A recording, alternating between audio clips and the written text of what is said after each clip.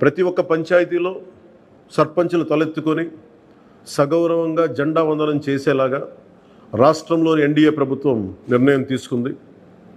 August 15న స్వాతంత్ర దినోత్సవ వేడుకల నిర్వహణకు నిధులు కొరత లేకుండా చేశాం.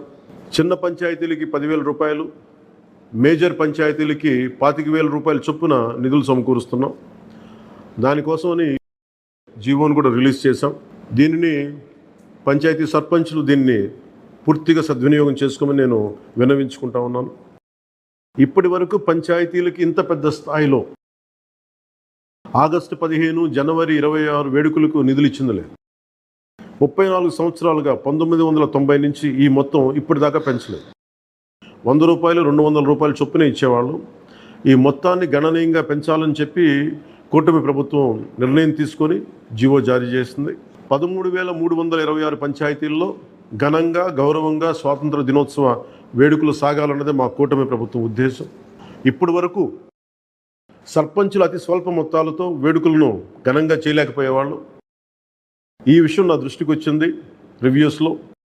దీనిపైన ఉన్నతాధికారులతో మాట్లాడి ఏ దశలోనూ ప్రజలు ఎన్నుకున్న సర్పంచుల ఆత్మగౌరవం తగ్గకుండా దేశంలో పవిత్రమైన 15 ఆగస్టు గణతంత్ర వేడుకలు గర్వంగా చేసుకునేలాగా, సగర్వంగా చేసుకునేలా చర్యలు తీసుకొని చాలా స్పష్టంగా ఆదేశాలు ఇచ్చారు. ఆ దిశగానే నిర్ణయం చేశాం.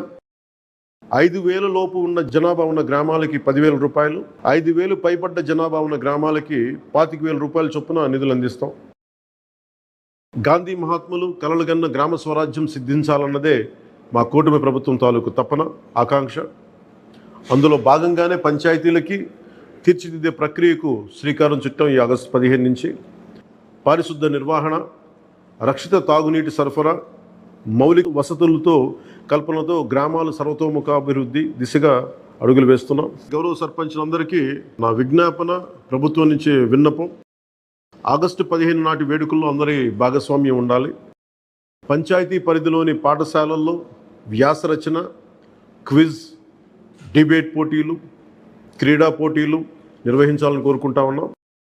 ఉపాధ్యాయులు భాగస్వామ్యంతో వీటిని నిర్వహించాలని కూడా ఆదేశాలు ఇచ్చాం.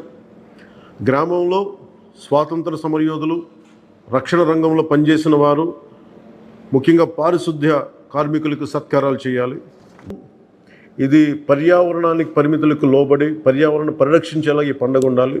ప్లాస్టిక్ వాడటం కంటే కూడా జెండాలకి ఆల్టర్నేట్గా ముఖ్యంగా మన చేనేత జెండాలు ఏదైనా వాడండి.